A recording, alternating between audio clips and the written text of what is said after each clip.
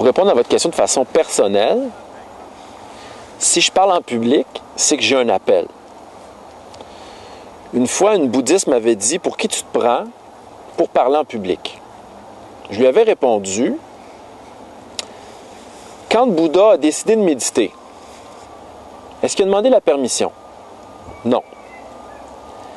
Si je sens un appel profond ou quelqu'un sent un appel profond pour faire quelque chose, je l'appuie puis je souhaite que cette personne-là aille dans la voie de l'appel profond. Mais il n'est pas nécessaire d'aller sur la place publique pour témoigner.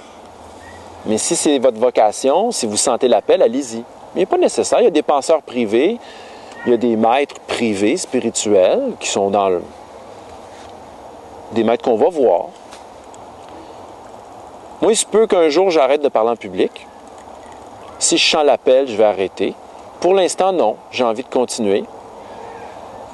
Puis,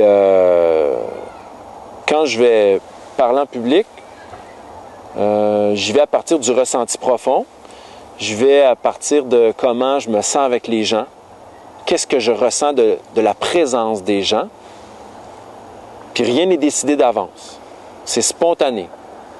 C'est un acte créatif qui... comme un peu le jazz.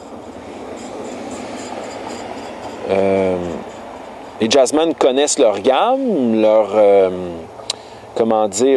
certains refrains, certains phrasés. Et quand il arrive qu'ils font une réunion, une rencontre, bien là, il se passe un événement. C'est un petit peu ça, donner une conférence. C'est un événement qui se produit, puis le conférencier est surpris et les gens sont surpris. Et ça fait un événement. C'est comme si on était ensemble, on vivait un moment privilégié. Donc, c'est ça.